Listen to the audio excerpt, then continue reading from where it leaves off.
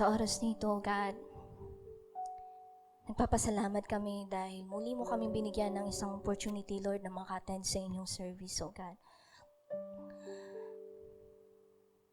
Na makapagsamba, nakasama ang mga kapatiran namin sa oras nito. Bagamat, Lord, marami mang nagaganap sa panahon na ito, marami mang humahadlang, Lord, marami mang mga bagay na dumadating na hindi namin inaasahan, Lord. Maraming pagsubok, hirap. Pero Lord, sa umagang ito, sa araw na ito, aming ibinibigay sa inyo ang lahat ng ito, O God. Sapagkat Lord, nandito kami hindi lang para sumamba, Panginoon. Nandito kami, O God, parang iyong kami linisin at pagalingin, Lord, sa aming mga pagkakasala, sa mga bagay na meron kami. Including, Lord, sa mga nangyari sa aming paligid, lais namin, Lord, na ibigay sa inyong harapan yun. At magbigay ng pasasalamat despite na nasa gitna kami ng struggles, O God. Sabi nyo nga sa verse ng Psalm 18, who saves me from my enemies. He exalted me above my foes. From a violent man, you rescued me. Therefore, I will praise you, Lord, among the nations. I will sing the praises of your name. Hallelujah! Patuloy kami, Lord. Patuloy naming itataas, Lord, ang papuri at pagsamba sa inyo kahit kami ay nasa gitna ng dilubyo o ng pandemya, Lord God. Patuloy kaming atin ng iyong service, O God. Patuloy kaming maglilingkod sa inyo. Kaya sa oras na ito, Lord, hindi kami hihinto. Hindi kami titigil, Panginoon. Itaas ang ngalan mo. Hallelujah. Oh, Jesus. Sa iyo namin binibigay. Sa iyo namin binibigay lahat ng papuri at pagsamba. Hallelujah. Yes, Jesus. Come on. Clap your hands to God. Bigyan natin ng malakas na palakpak ang ating Panginoon. Amen. Yes, Lord. Come on, let's sing it out. Amen. Hallelujah.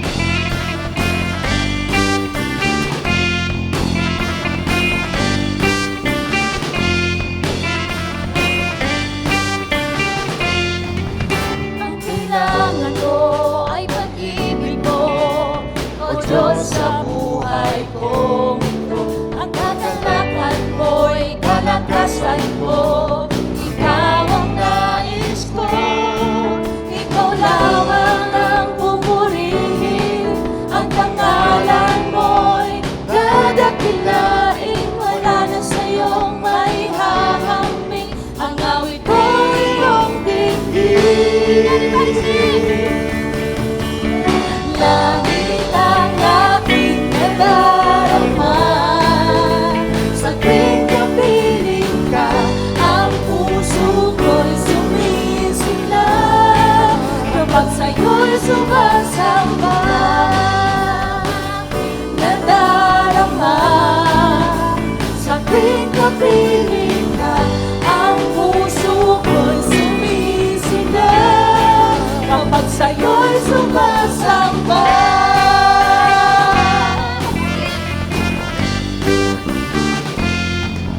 Ang kailangan ko ay pag-ibig mo, O Diyos sa buhay ko ito.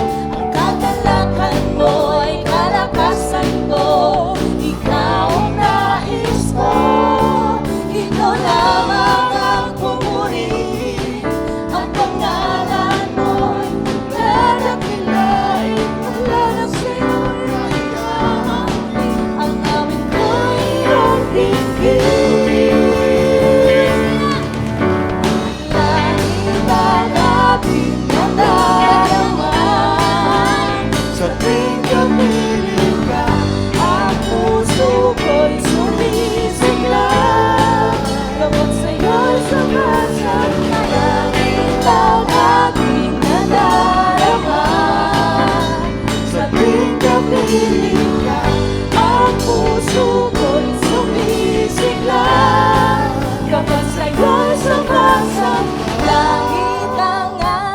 Bakit natin ikaw ay ating mahal? Sa tuwing kapiling ka, ang puso ko'y sumisigla. Kapag sa'yo'y sumasang-langit ang aking nadarama.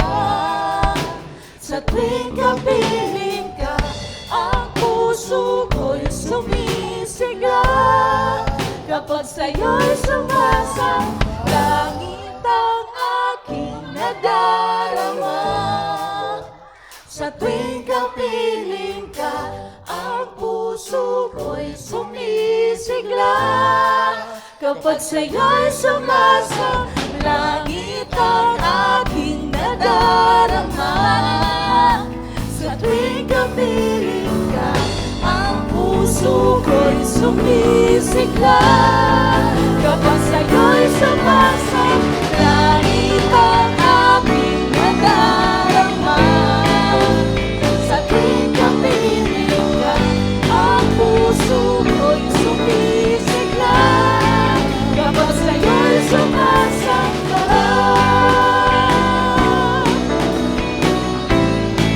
Kapag sa'yo'y sumasang-langit.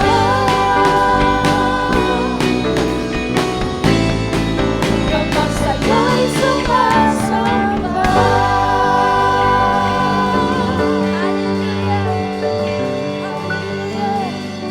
Tunay! Hallelujah! Tunay, Lord, na langit ang aming nadarama, Lord, sa inyong presensya. Jesus. Hallelujah! Hallelujah! Hallelujah! Hallelujah! Can everybody say, Hallelujah! Hallelujah! Hallelujah! Tunay, Lord, na ang sarap magpuri sa inyong presensya, O God. Kasama ang mga aming kapatid, Lord, sa inyo, Lord. Tunay na ang sarap, Lord, na itaas ang iyong pangalan, Lord, sa aming pagpupuri.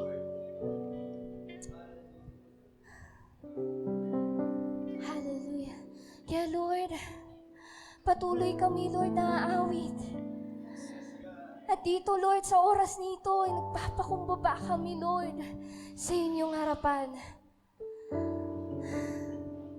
Buong pagpapakumbaba kami, Lord, na nasa inyong harapan, na sumasamba sa inyo, Lord God. Hallelujah. Yeah. Jesus. Jesus. Hallelujah. Jesus.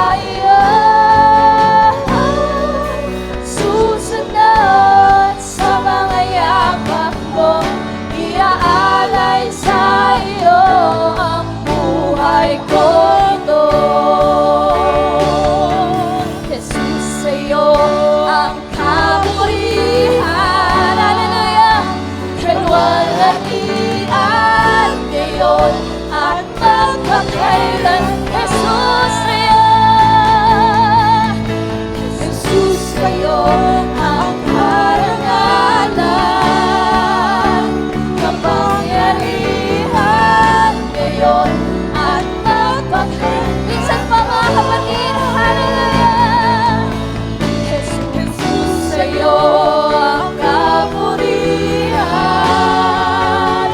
kalwalhatian, ngayon at magpakailanman. Jesus, sa'yo,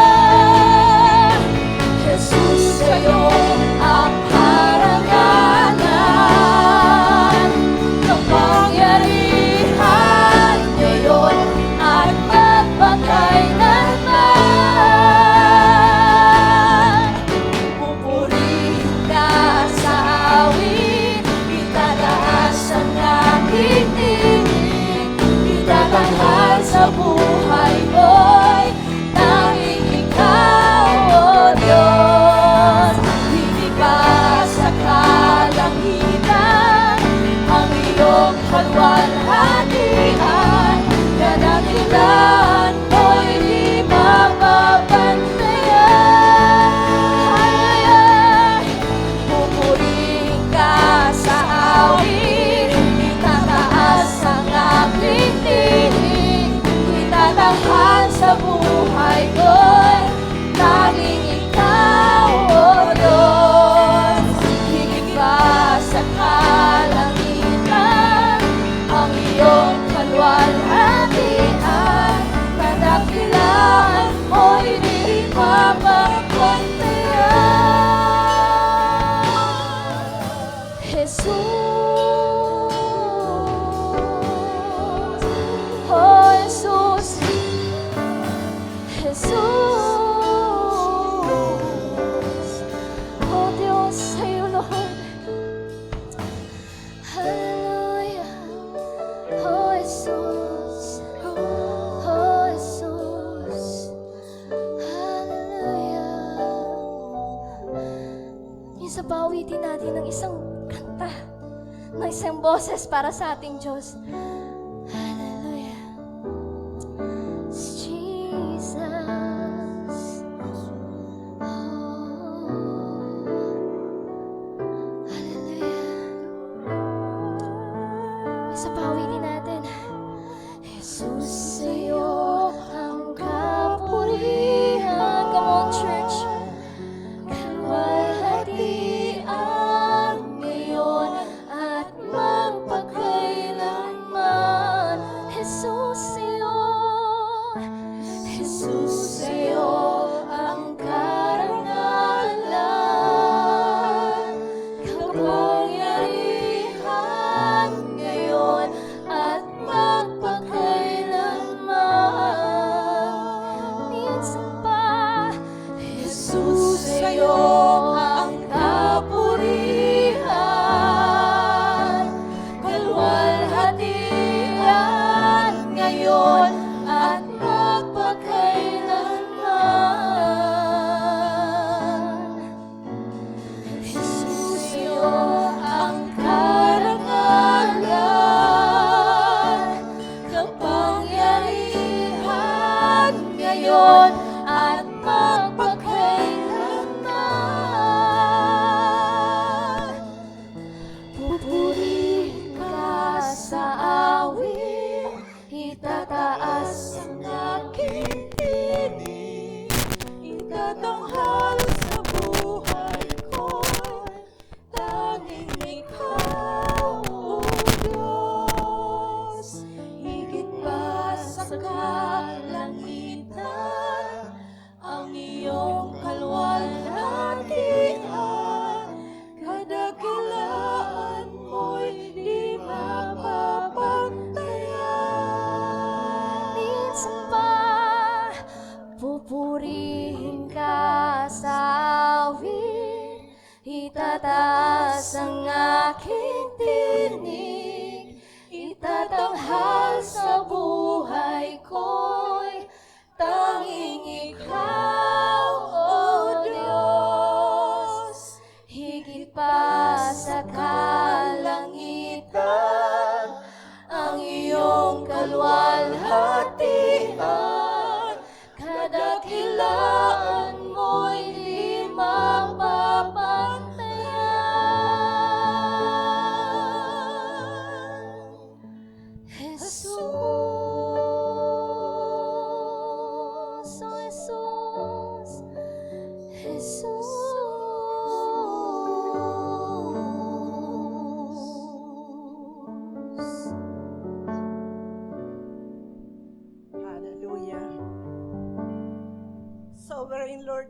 Diyos. Sa iyo ang kapurihan, karangalan, kalalahatian, at kapangyarihan dakilang Diyos. Tunay nga masasabi namin, with Christ in our vessels, we can smile at the storm. Tunay kaming nananagana, Panginoon, in health, in wealth, O Lord God. Nananagana kami sa iyong kapangyarihan. Ang ibuong iglesia na nanambahan sa araw na ito, Panginoon. Nananambahan kami rito sa lupa na para kami nananambahan sa langit. Hallelujah! Hallelujah! Dahil you purify your people. You purify your people with gladness, O Lord God. Buong galak kami, Panginoon, magkasasabi na ang aming Diyos ay sumasa amin. Na ang iglesia ito, ang Diyos ay ikaw aming Panginoon Jesus. Na ang kapangyarihan, kalwalat at anointing na ito ay nadarama ng bawat isa, O God. Nadarama namin dakilang Diyos ang anointing na yan, O Lord God. Na pumapaloob sa aming buong katauhan. At sa umaga ito, Lord God, sa pakikinig ng iyong salita, O Diyos, na dadalhin, Panginoon, ang aming Pastor Dan, O Lord God. Display your glory to your people, O Lord God. Display your glory to your people. At patuloy, Panginoon, ang iyong salita. Buong galak namin pakikinggan. Hindi lamang pakikinggan, kundi isa sa buhay namin. Dahil sabi mo sa pakikinig ng iyong salita, nagsisimula ang pananampalataya. Hayaan mo dakilang Diyos ang pananampalataya iyan ay tumibay sa aming puso. Mag-ugat, Panginoon, at mag-multiply ng 100-fold, O Lord God, upang ang bawat buhay namin, dakilang Diyos, sa iyong banal na harapan ay nakatayo, standing in awe of you, O Lord God. Lagi kami nakatayo sa iyong salita. At panghawakan namin ang salita ito, na habang narito pa kami, Panginoon, buhay sa mundo ito, O God. Ang iyong salita, ang aming tuntungan, dakilang Diyos, ang ilaw, dakilang Diyos, ang light sa aming buhay. Kaya po maraming salamat, aming Panginoon. Salamat sa mga worshiper po, Lord God, sa worship team, O Lord God. Na patuloy, dakilang Diyos, ang iyong kapahanambahan namin, Panginoon. Patuloy, dakilang Diyos, ang iyong mga salita at ang aming papuri ay sa iyo lamang. Salamat po sa pangalan ni Jesus. Amen. Amen. Amen. Amen. Bishop Jerry Cruzem. Purihin ang Diyos sa buhay ni Bishop Jerry. Hallelujah.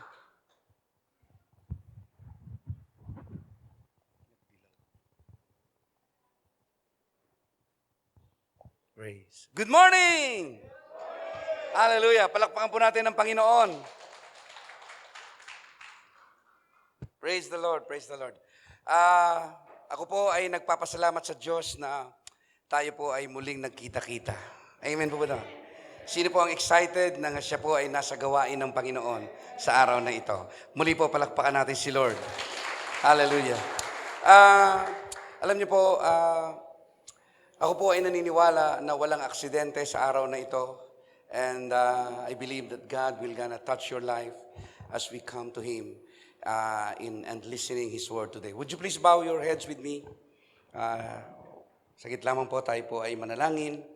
Panginoon, sa pangalan ni Jesus, ang iyong masaganang pagpapala, muli ay maranasan namin. Katulad ng pinamalas mong kapangyarihan, ngayong tanghali, Panginoong Diyos, ang iyong masaganang biyaya, pagpapala sa lahat ng nakarating, pagpalain mo, O Diyos. Lukuban mo ng iyong banal na dugo ang lugar na ito at ang pagpapala mo ay sumakanila. Purihin ka, luwalhatiin ka sa pangalan ni Jesus. Amen. Amen. Sige po, muli palakpakan natin si Lord.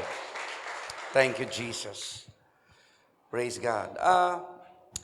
Tayo po bilang mga Kristiyano ay palagi po tayong may mga tanong. Tama po ba ako? Ang tao po ay hindi na yata siya nabubuhay ng walang tanong. At minsan nakakalungkot, may tanong pero walang sagot. Ayan, ano po. For example, why does God allow the disease COVID-19 to strike? A child to die, a crime to be committed, the typhoon, earthquake, and volcanic eruption to destroy. In fact, just this week, di ho ba, nagbubuga ho ng hindi magandang usok ang Bulkang Taal. Tama po ba ako? Parang hindi nyo ho alam. Ayan, ha? Di ho ba? So, yun nga po, alam nyo, naniniwala po ako na ang mga ganitong klaseng tanong dapat may sagot. Kaya nga lang, palagi siya naiiwan ng walang sagot. Ano po? At siya nga pala, meron pa tayong isang tanong na kung saan napakahirap sagutin. Ano yon? Why does God let bad things happen? Ayan. Mas lalalim pa, why does God let bad things happen? Ito na, to good people. Sa mga masasama, pag nangyari, kunwari, may kilala tayong na-disgrasya o kung ano man nangyari, alam nating salbahe o alam niyo, perwisyo sa lipunan, matatawa pa tayo, tama? Hindi normal na ano. Okay lang yun, kasi ano siya, di ba? Pero, pag nangyari sa mabuting tao, pambihira, yun ang tanong. Ayan, ano po? Malaki ang tanong. Kaya nga po, sa umagang ito po yung ating pag-aaralan. Ano po?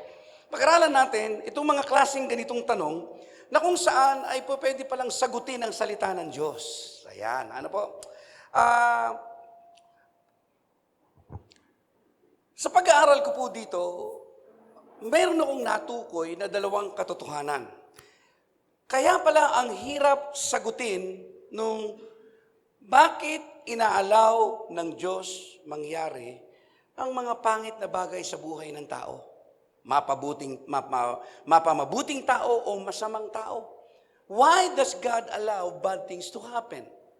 At yun nga po, kaya pala hirap tayong sagutin kasi ito, merong dalawang katotohanan. Ang una, Christians believe that God is powerful, that there's nothing that God cannot do. Taas ang kamay ng totoo yan at naniniwala siya. Yan. Taas ang kamay ang walang pakialam. May nakita kasi akong kaganoon lang siya pakit pa Taas ang kamay ng naniniwala na totoo ito. Totoo yan. Pangalawa, ito na ngayon, magkakaroon na siya ng contradiction. Pangalawa, another truth, God is good and that He desires the very best for His children as well as His creation. Tama po ba yan o mali? Taas ang kamay na magsasabi ng tama. Tama. Kaya parang ang hirap sabihin, ang hirap intindihin ng ating maliit na kokote kapag sinasabi natin na ang Diyos mabuti, pero bakit pinaputok niya bulkan? Tuloy nawalan kami ng kabuhayan. Are you with me now? Ang Diyos mabuti, may perfect good design siya, pero bakit namatay anak ko? Bakit nawala ng trabaho ang mister ko? Alam naman ni Lord na kailangan namin kumain. Are you with me now? To those questions. Ayan, di ho ba? Kasi kaya nga contradiction itong alam natin. Pero yun nga po, ang maganda, sabihin mo, sabay-sabay tayo, ang maganda. Ang salita ng Diyos, palagi siyang merong sagot. Opo, palagi siyang merong sagot. Alam niyo po, ang Biblia punong-puno ng sagot. Sa lahat ng uri ng tanong, meron ang bawat isa sa atin. Kaya nga parang ganito siya. How can a good God and loving God as well allow suffering on His children and the world? Katulad niya, why does God allow COVID-19 to creep in all over the world? Tama po ba ako? Opo, alam niyo po ba, habang tumatagal ang COVID-19, ang bawat ekonomiya ng bansa ay papilay ng papilay ng papilay. Tama po ba ako? Opo. At hindi na po biro ang tagal niya. 1 year and 4 months na po tayong under pandemic. Kaya nga po, talagang marami na pong nagtatanong. Ano po? And by the way, please listen, these are questions that cry out. Ano po? For answers if faith is to survive. Kasi meron tayong faith, di ba? For example, bigyan ko kayo ng napakagandang example. Ano po? Ako ho ay na-COVID ng buwan ng Abril. Ano ho? At sa pagkaka-COVID ko, nagsimula po ito sa aking may bahay. By the way, I am with my wife today. May I ask your presence, sweetheart? Halika. Ito po ang aking butihing asawa. Ayan po. Nung kami po ay nakatungtong po ako kasi maliit po akong tao. Minala siyang makakuha ng maliit na tao pero cute. So, yun nga lang, di ba? Hala, pinalakpakan. Oo, ayan ho. Tanggal na ho yung helmet niyan. Naka-realize na ho na cute pala tong mister niya. Tuloy. Na-COVID ho kami ng Abril 4. Pero siya ho, nag-start ma-COVID ng Marso 29. Ayan, ano po? Halika muna. Nahihiya yan eh.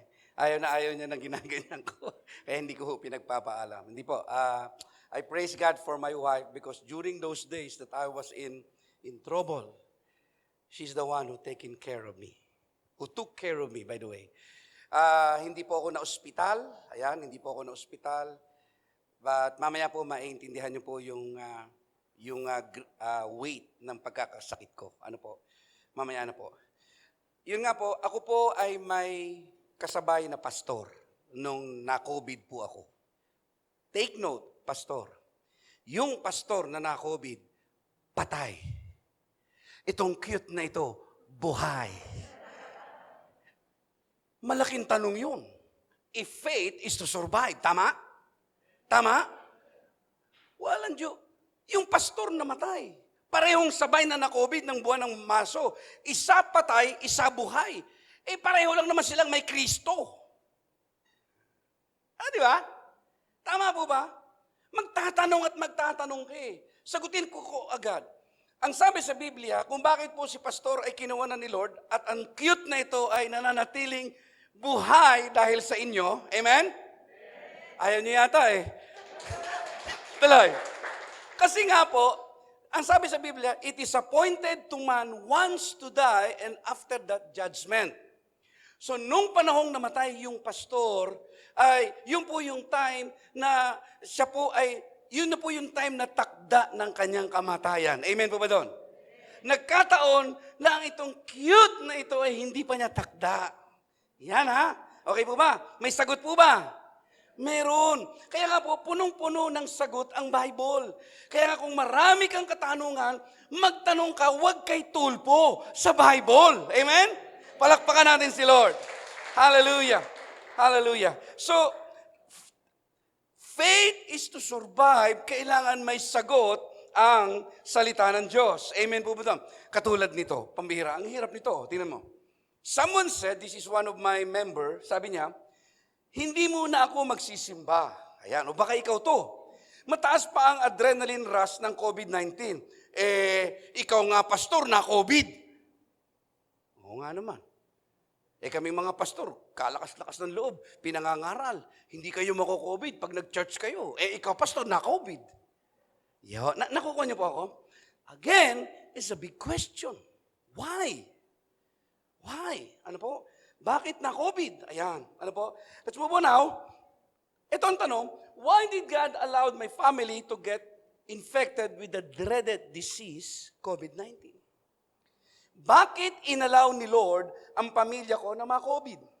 Una, ang asawa ko, pangalawa ako, at pangatlo, ang aking panganay na anak, yung bunso na spare. By the way, siya nga pala, ang COVID po ay hindi airborne. Kasi kung airborne, dapat po lahat kami na COVID. Tama po ba ako? Pero bakit na-spare yung bunso ko? Kasi nga po hindi siya airborne. Kaya hindi po totoo na airborne. Ang kailangan lang po, regularly, ikaw ay magpe-face mask at kung sa labas, magpe-face shield. Palakpakan natin si Lord. So dapat lamang po tayo palagi na ganyan. Now, let's move on. Didn't God protect and shielded us from the virus? Kumaga parang sinasabi ko dito, wala bang kakayahan si Lord na proteksyonan kami? Bakit kami na COVID? Pangalawa, where is the protection that the Bible tells us in Psalms 91, where it says, no evil shall befall you, nor shall any plague come near your dwelling. Kung aking pababawin pa ang salitang yan, wala daw pong masamang mangyayari sa iyo. Nor makalapit na salot. By the way, ang COVID ay salot. Hello? Lahat ng uri ng pandemic ay salot. Gusto ko po maintindihan niya. Ang sabi, wala daw makakalapit sa bahay mo ng salot. Pumasok sa bahay ko, 3 kami nadali. Yun. Ano ho? So, where is the protection that the Bible tells us in Psalms 91 verse 10? Nasaan ang protection na yan? And again, why did my family get infected with the virus? Yan, ano po? Maganda pong tanong yan. By the way, for us to answer this and not questioning God in whatever is taking place today in our lives, hindi ko po alam kung ano ang kalalagayan natin. Baka po may trouble tayo. That I do not know. Okay po, hindi tayo magkakakilala. Opo. Pero gusto ko po maintindihan nyo, bakit kami na-COVID? In short, ano po? And for us to answer this, we need to understand two words. Everybody say two words. Opo, para yung ating tanong palagi sa Diyos na ano na po, na bibigyan na ng solusyon at hindi na po siya nakahang. Okay, we will talk about permission versus commission. Pag sinabing permission, parang ganito. God let it happen to us. He just let it happen to you. For example, namatayan ka ng anak. He just let it happen. Are you getting now? May nangyari sa aking masama. He just let it happen.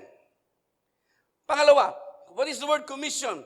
God commissioned it. Like for example, very clear, when God the Father sent Jesus on this earth, that is He commissioned Jesus to die on the cross. Tango-tango naman. Nagkakaintindihan po ba tayo? So ano ang permission? Ang permission, hinayaan niyang mangyari. Ang commission, siya may akda. Pagpunta ni Jesus dito, si God the Father ang may akda, mamatay sa krus para bayaran kasalanan. Siya may akda. Commission versus permission. Amen. Ito na ngayon. Binigyan tayo ng verse ng Panginoon para lahat ng ating agam-agam at mga tanong ay masagot. At binigay niya po sa atin ang John chapter 9 verse 2. Ito ang sabi, Rabbi, it means teacher. His disciple asked, and what is that? Why was this man born blind? Pagdaka-daka, ang sabi ng mga alagad, was it because of his own sins or his parents' sin? Alam niyo, nung araw, nung araw, meron na palang ganitong klaseng mentalidad. Kasi tama ba, tayo mga tao, ganito mentalidad natin. Pag may nakikita tayong mga nangyayaring pangit sa ating kapwa, meron agad tayong judgment, tama? Ano judgment namin? Kasi salbayan Yan, kaya nangyari yan. Kaya ganyan yan, kasi minana yan sa mga magulang niya. Tama po ba ako? Pag may time, tango-tango. Huwag lang nakaganito, para kang nasa Zoom meeting. Di ba? Sa Zoom meeting, nakaganito. Di ba? Ganun. Di ba? Huwag. Mag-participate. Amen? Pakisabi sa katabi mo, parang awa mo na. Mag-participate ka. Okay? Sabihin mo sa likod pa, isa ka pa! Yan ha? Okay? Tuloy. So, ito po, issue. Sabi, Lord, yung mamang yun, ba't kaya bulag? Sino ang may kasalanan? Siya o magulang niya? Abay, kagdaka-dakay sinagot agad ni Lord. Ang ganda. Ito po ang sabi, it was not because of his sins or his parents' sins, Jesus answered. Oh, sabay-sabay. Oh. Ito na ngayon. This happened. Everybody say, this happened. So that the power of God could be seen in his life. Oh. Sabay-sabay. Oh. So yun palang pagkabulag niya ay may dahilan. Hindi siya inimbento. Ayan ha. So, tanong. In the case of this blind man, was it permission or commission? Ayan ha. Tapatan tayo ha. Wala pong maling sagot. Okay ha? Para hindi nakakatakot. Taas ang kamay na ang sagot ay permission. Huwag pong mahiya. Huwag mahiya. Kayo ng umaga, nagtaas ako. Taas ang kamay ng permission. Ang sagot pa naman, kakoy, niloloko mo ba ako, kuya? Parang kumasa ng baril eh. Okay ha? O, tuloy. Taas ang kamay ang magsasabi ng permission. Ayan ha? Ayan ha? Baba, ibig sabihin, kayong mga hindi tumaas ng kamay, kayo ay komisyon. Talagang konsumisyon kayo.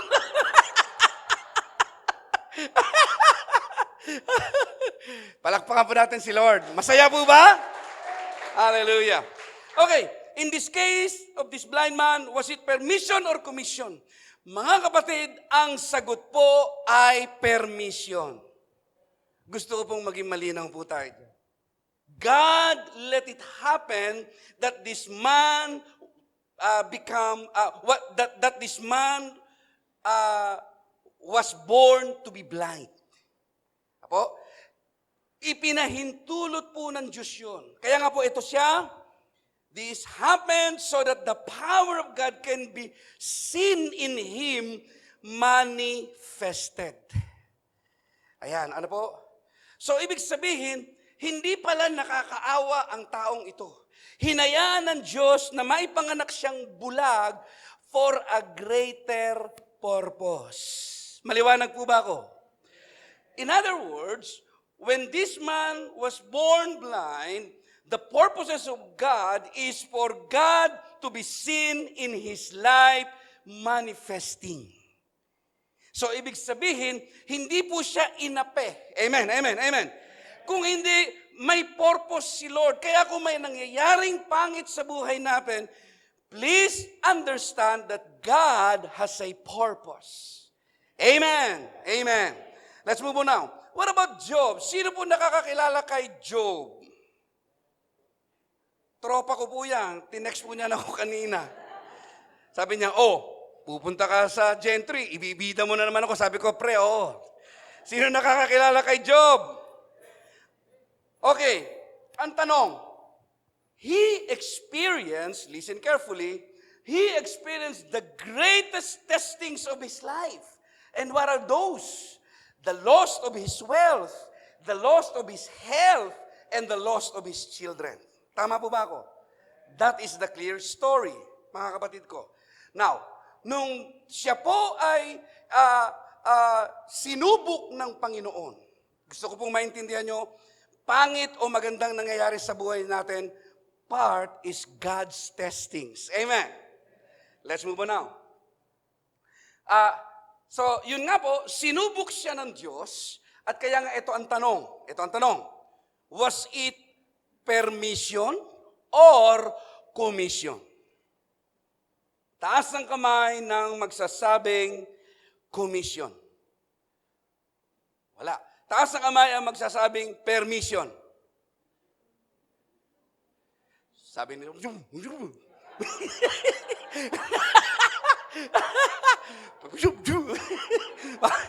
kuya, para naman mainit ang ulo mo. Galit ka, kuya. Taas ang magsasabi ng permission. Taas ang magsasabi ng konsumisyon. Mga kapatid, ang sagot po dyan ay permission. God let it happen. And look at the purposes, the beautiful purposes of God. Why Job experienced this ugly thing. This happened, look at this. This happened so that the power of God can be displayed. Wow! Working in his behalf behind the scene. Grabe. Working in his behalf behind the scene. Here's the story. Balikan po natin. Isang araw, si Satanas ay akyat baba sa langit at napunan niya si Job. Patay ka. Sabi ni Satanas, Lord, kaya lang naman nagwo-worship sa iyan, kaya lang naman faithful sa iyan, Job na yan pinayaman mo Yan. Pinagpala mo buhay Yan. Subukan mong tanggalan niya ng kayamanan at pagpapala. Isusumpa ka niyan. Sabi ni Satanas, kay Lord. Ito respond ni Lord. Sabi niya, Sabi sabay, Ang respond ni Lord, sabi niya ganun, Satanas, hahayaan kitang galawin si Job. Is it permission or commission? Hahayaan kitang galawin si Job. Galawin mo ang kabuhayan, galawin mo pamilya, but never kill him. Wow. Grabe. Ibig sabihin, sa mga pangit na nangyayari sa iyo at sa akin, behind the scene, God is in control. Yes! Yes! Kasi sabi ni Lord, galawin mo ng lahat, pero huwag mong papatayin. Ibig sabihin, hawak ng Diyos ang buhay ni Job. Gusto ko pong sabihin sa inyo ngayong umaga, I have a good news to you. Ano man ang nangyayaring pangit sa buhay mo, kontrolado ng Diyos ang sitwasyon mo. Kung nangyari mang nagkasakit siya, kung nangyari man namatay ang kanyang mga anak, kung nangyari mang nawala ang kanyang kabuhayan, God let it happen for a greater purpose. And that is to display His power over the life of Job. Are you with me? Yes. Isa pa, nakakatawa yung istoryang yan. Sabi ni Satanas, Lord, paano ko gagalawin yan? May proteksyon mo. And by the way, Satan noticed the heads of protection to this man and his family. Wala pa nangyayaring aberya sa buhay, yun ang unang na-notice. Hello? Anong ibig sabihin? Satan cannot touch you. Even your livelihood, even your very life, unless God let it happen. Ahead of time, Job and his family and his wealth is protected by God. Ahead of time. What does it mean? That means, unless God let it happen. Permission or commission? Grabe. Kailangan maintindihan natin ito.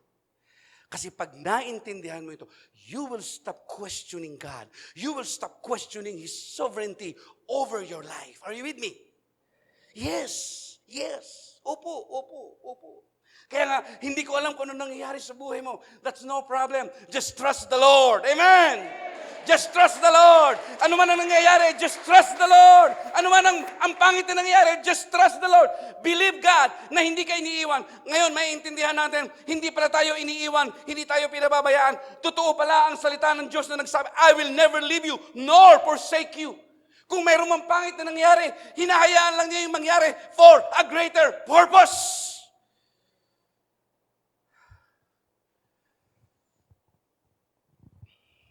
Sabi nga nung kanta, even when I don't see it, you're working. Do you remember the song? Even when I don't feel it, you're working. You never stop working. Kahit daw hindi mo nakikita, kahit daw hindi mo nararamdaman, because God is working behind your back. God is protecting your life. God is protecting your livelihood. God is protecting your family as a whole. Even you don't feel like it. Even you don't see it. That's the beauty of my God. That's the beauty of your God. And His name is Jesus Christ. Hallelujah! Hallelujah! Hallelujah! Hallelujah! Hallelujah! Oh, glory to God. Do you know this person? Taas ang kamay na nakakaalam sa kanya.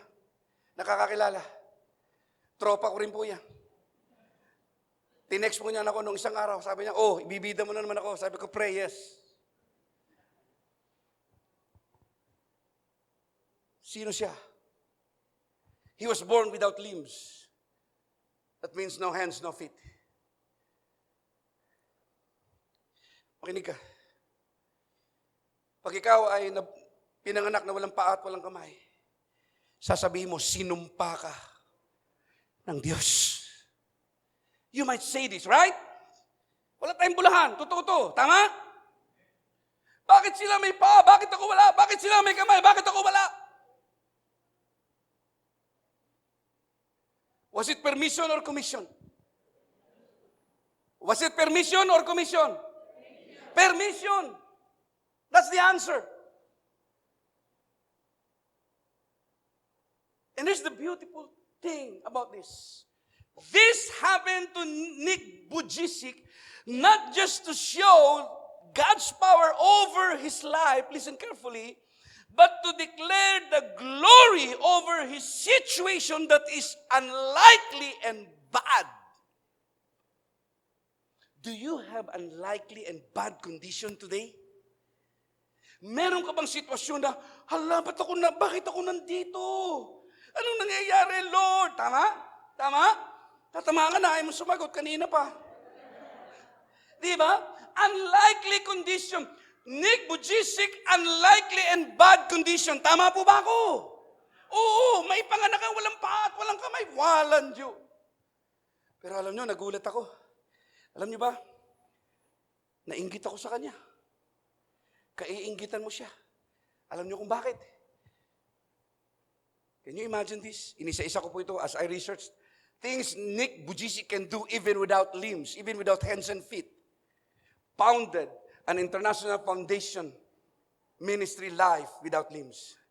Painter, swimmer, skydiver, surfer, and motivational speaker. Hindi ako swimmer, hindi ako skydiver, hindi ako surfer. Ikaw, nakukuha niyo po ako? Do you get what I'm trying to drive at here? A family man and an evangelist. Grabe. Tira niyo yung nagagawa niya. Ayan ang pamilya niya. Walang paayan, nakaapat. Eh ikaw, kailangan mong pang sumayaw sa ubando para ka magkaanak. O di ba? Nakita niyo na? Walang paayan. Hindi na yan kinakailangan sumayaw sa ubando. Kasi bakit? Meron siyang Jesus. Sabi mo, Jesus. Ang Jesus na nakilala niya ay nakilala ko ay makapangyarihang Diyos. Hallelujah! Ayan, yung medyo tawag dito, malapitan. Ang ganda ng misis, ano po? Para siyang Pilipina. Ayan, ano po? Ayan. Grabe, no? At ito pa ho, ang kahanga-hanga. Ako po ay, like what I said, nainggit. Alam niyo kung bakit?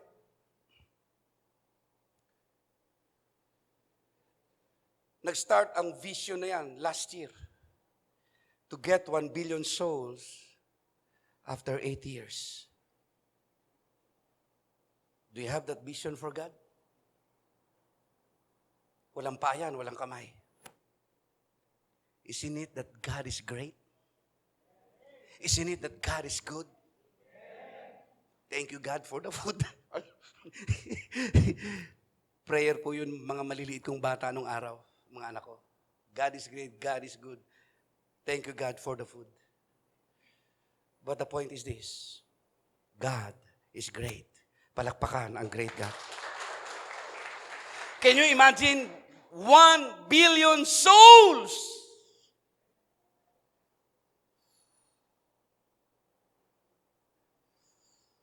Grabe. 1 billion. Walang kamay, walang paa. Eh baka nga wala nga siyang ganyan. Kung may paa at kamay siya, tama? Oo ah. You see now? The great purposes of God. Here's my testimony. My family and I got COVID-19 virus, and from the three of us, I was in severe condition. Opo. Sa ipapakita ko sa iyong larawan, kahit hindi ka doktor, sasabihin mo, severe ang kondisyon ni Pastor. Ito po siya. I got that from Google, normal lungs. Kapag wala palang sakit, ganyan ang lungs natin. Clear. Okay ba yan? Are you with me? Nung ako po ay na-COVID, here's my lungs. Kaya nga sabi ko, kahit hindi ka doktor, masasabi mo may diferensya ako. At siya nga pala, ang nakalagay dyan, Southeast Asian Medical Center, SAMC Hospital po yan, Cruzem Jeremias, that's my name, June 25, 1965, and April 12, nang ako po ay na-swab test at nagpa-check up sa ospital. Pansinin niyo po, ikumpara nyo, siya nga pala, nung time po niyan, na ano nga nalungkot nga ako sa doktor kasi yung doktor na check up sa akin, sine-check up po ako na ito ako. Alam mo sabi ng doktor, Kuya, 80% COVID yan. Sabi ko, huminga lang COVID agad. Pero grabe hinatulan po agad ako. Sabi niya, Kuya, COVID yan. Kasi sabi ko, COVID yan. Anyway, siya nga po pala,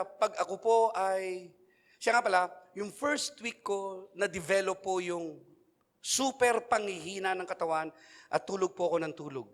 Kalagitnaan ng 7 araw, na-develop po yung hindi ako makatulog. Opo, nagmamakaawa ako sa Panginoon. Lord, patulugin mo ako. Matutulog po ako ng alas 8, magigising ako ng 10. 5 a.m. na po yun bago ako makatulog. Nilayasan po ako ng antok.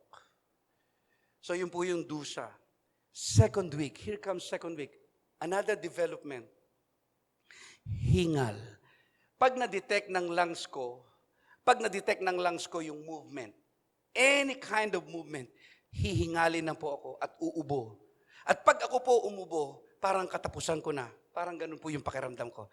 Ito yung hagok. Pag ako po, kasi kinakailangan ko mag-CR, kailangan kong maligo, alam niyo po yon. So, wag madidetect ng lungs ko ang movement, hihingalin ako. For example, pagkatapos ko maligo, ayan, hihingal na po yan. Ito hingal ko. Tapos, pag gumano na po ako, uubo na po ako ng parang kamatayan ko na. Napakahirap po ma-COVID. Sobrang hirap. At yun nga po, mga kapatid ko,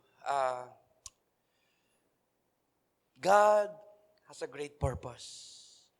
Kasi alam niyo po ba, kami po, pag ang tao po pala ay nako-COVID, meron siyang 4 na kailangan. 1, he or she needs words or spiritual words of encouragement. Kasi nga po, pag ikaw ay na-COVID, may malademonyo siyang deep depression na dala. Opo. Deep depression. Naalala ko nga ang sabi ng asawa ko kasi 2 weeks din po siya pero salamat sa Diyos nauna siyang gumaling sa akin kaya naalagaan po niya ako. Naalala ko ang sabi niya, dumating din sa time na nagtatanong siya sa Panginoon na Panginoon, mamamatay na ba ako? Siya po ay mild COVID. Mild lang po siya. Pero tinan nyo, nagtatanong siya, bakit? Kasi nga po, pag na-COVID ka, para ka nauupos na kandila. Anyway, number 1, kailangan mo is words of encouragement. Number 2, you need some medicine. Number 3, you need some food. Siya nga pala, kami po as a family ay nagutom. Opo. Naubusan kami ng pera sa bulsa, kasi nga po, almost 1 month po kaming nakakulong sa bahay. At bawal kaming lumabas. So, what do you expect?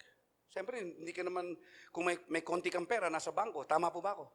Tangu-tangu pag may time. Ano po? Naubos.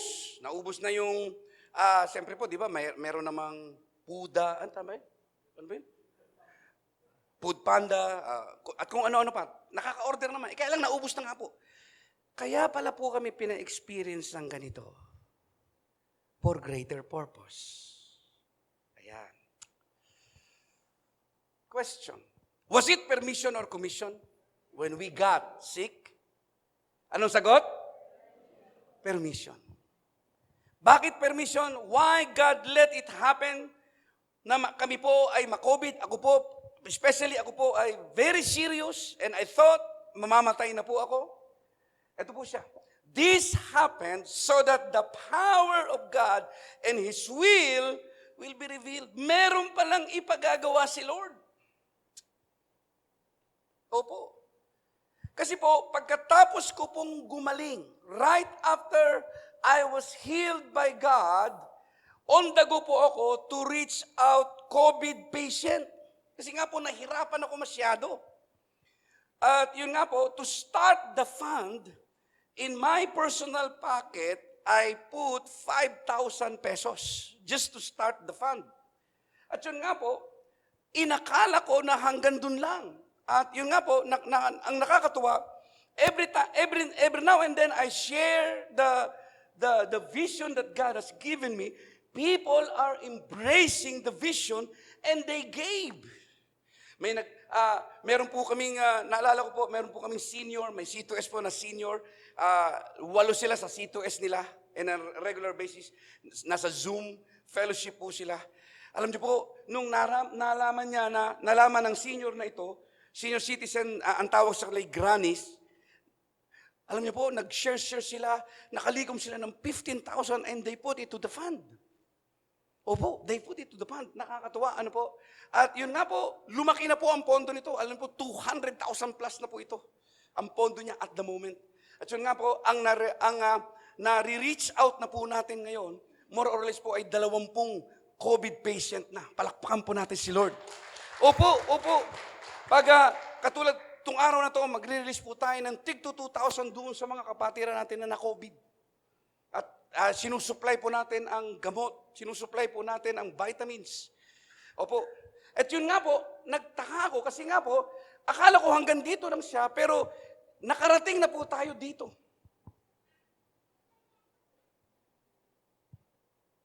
Siya po ngayon ay isa ng foundation and by the way, siya po ngayon ay pinoprocess na sa SEC, Security Exchange Commission, for our registration of the name.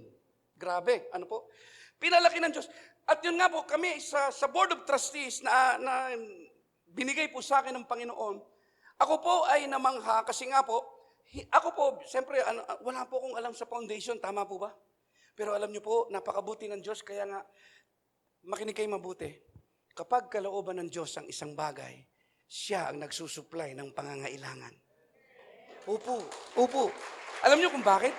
Supplied ng Diyos. Alam niyo kung bakit?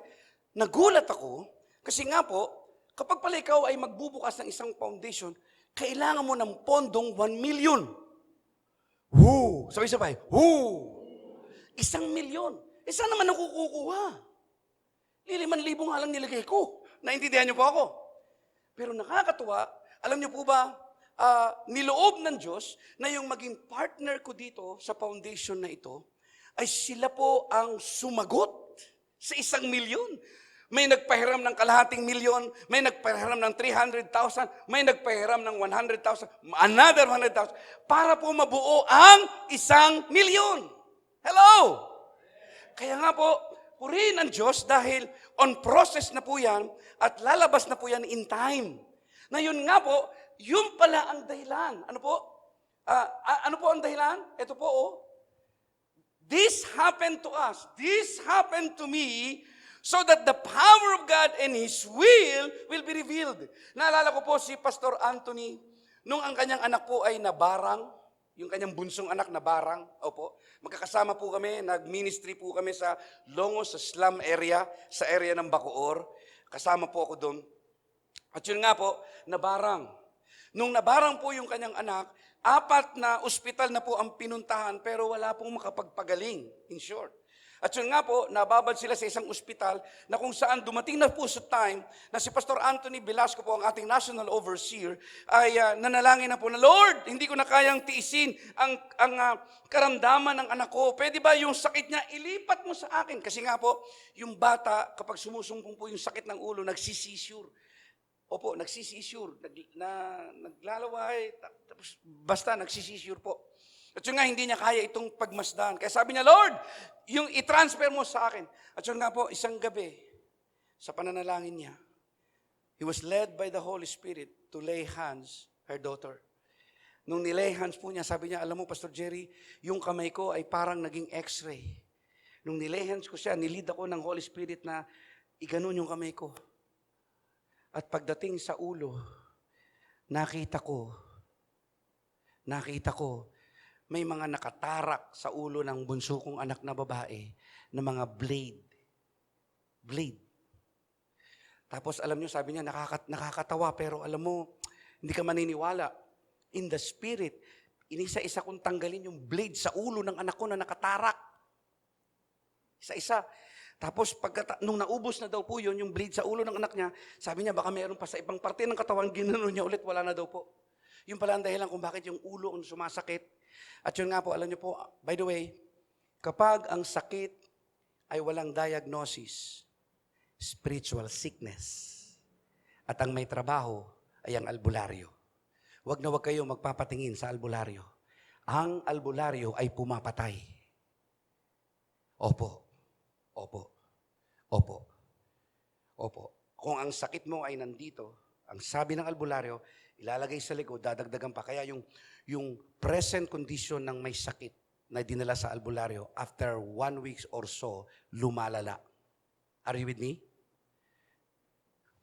Kaya wag po tayo magpapatingin. Pag ang tao may sakit, dalawa lang pupuntahan niya. Si Jesus, doktor. Amen. Si Jesus at doktor. Amen. At yun nga po, gumaling. And you know what happened after this trouble with Pastor Anthony's daughter? Nasilang ang Excel ministry, which is healing ministry that took place every Saturday at our national office. Grabe, no? So, pangit nangyari. Halos mamatay yung anak. Pero God has a greater purpose. Amen po ba doon? Amen po ba? So, ito pala ang purpose. Ayan, gusto ni Lord na ang COG-ABC sa Bacoor ay makapag-put up ng ministry. Lumawig na po yan, hindi lamang po COVID. Ngayon po, magre-reach out po tayo. Ang tawag po dyan, kaya Ross, Reach Out and Save Foundation. Ang i-reach out po natin, yung mga nakalamidad, yung mga nasunugan, opo, yung mga nasa covered court na mga nasunugan, ayan, nakalamidad, yan po yun. Yun yung, magre-reach out din po tayo ng mga batang maliliit sa lansangan, opo, para pakainin. At nangangarap din po ako na in time ay makapagpaaral ng mga bata ng kapuspalad. Ayan. So, ito po yung purpose. Bakit po ako nagkasakit? Sabi ko nga doon sa partner ko sa foundation nito, sabi ko, ang drama naman ni Lord, kinakailangan pang magkasakit ako para lang ipagawa ito. Kaya nga lang, hindi ko naman mananamnam yung dapat pala may ganito kung hindi ako nagkasakit. Are you with me now? Kaya nga po, alam nyo, hindi ko alam ang kalalagayan nyo. Let me throw you some questions as I close this message. Do you have a blind condition so that the power of God can be seen in operation in your life? Meron ka bang parang hindi alam o parang bulag yung sitwasyon? You don't know what to do. What else? Have you experiencing lately the greatest testings of your life like Job experienced? That you need to see the display of God's power? Meron ka ba nun? Pangatlo, is your circumstance unlikely and bad like Nick Bujisik? Do you want to see the glory of God to be manifested? And finally, are you looking for the will of God? Naghahanap ka ba ng kalooban ng Diyos? Demonstrated with signs and wonders.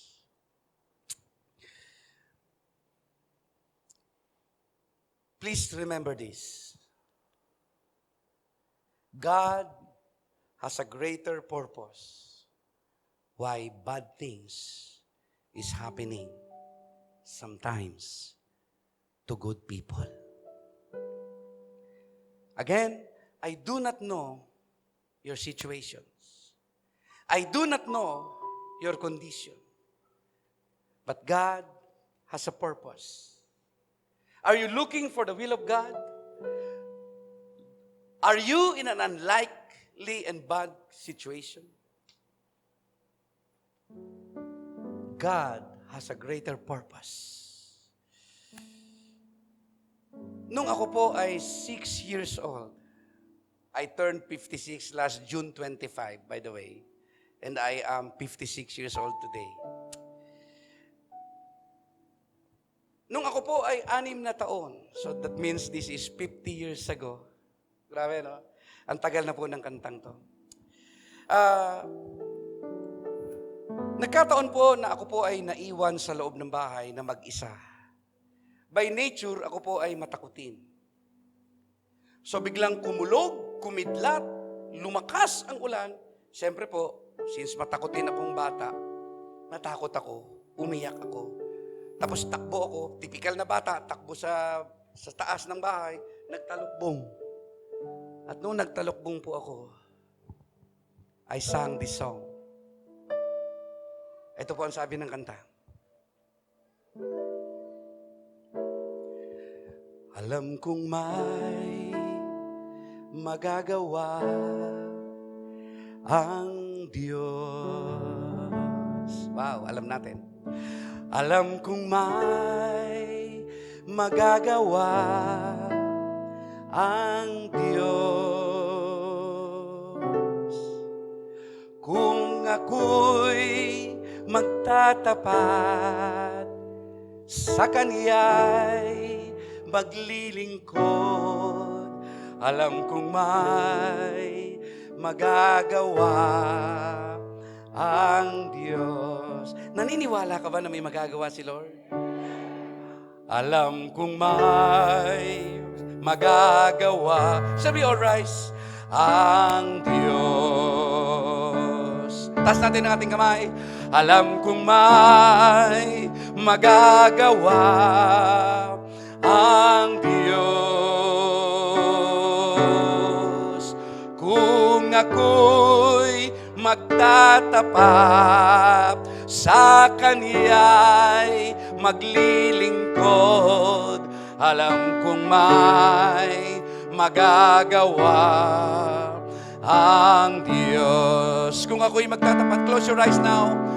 Kung ako'y magtatapat sa Kaniya'y maglilingkod, alam kong may magagawa ang Diyos. Panginoon, salamat sa iyo. May magagawa ka. May magagawa ka sa blind situation namin. May magagawa ka sa unlikely and bad condition. May magagawa ka, Panginoong Diyos, sa mga sitwasyon na kinakaharap namin. May magagawa ka na maipakita ang kalooban mo, Panginoong Diyos, sa pangit na nangyayari sa buhay namin. Panginoon, salamat sa iyo. Pinaintindi mo sa amin. Hindi mo pala kami iniiwan. Hindi mo pala kami pinababayaan. Pinaintindi mo sa amin that while the trouble is ongoing, you are in control, Lord. You are on our side, Lord. Panginoon, hawak mo ang aming buhay. Hawak mo ang buhay ng aming mga anak, Panginoon. It might be that we cannot understand everything. But Lord, according to your word, you are behind the scene, working in our behalf. Salamat sa katapatan mo. Salamat sa kabutihan mo. Bless now your people. Bless now your people. I pronounce your blessing in the name of Jesus. Panginoon, salamat sa iyo. Salamat sa greater purpose. Bakit nangyayari sa amin ang mga bagay na ito? Salamat sa pagkakasakit namin may dahilan. Salamat sa pagkamatay ng aming mga kamag-anakan may dahilan. Salamat, Panginoon. Pagpalain mo po ang iyong mga anak, Panginoong Diyos. Salamat sa katapatan mo. Salamat sa kabutihan mo.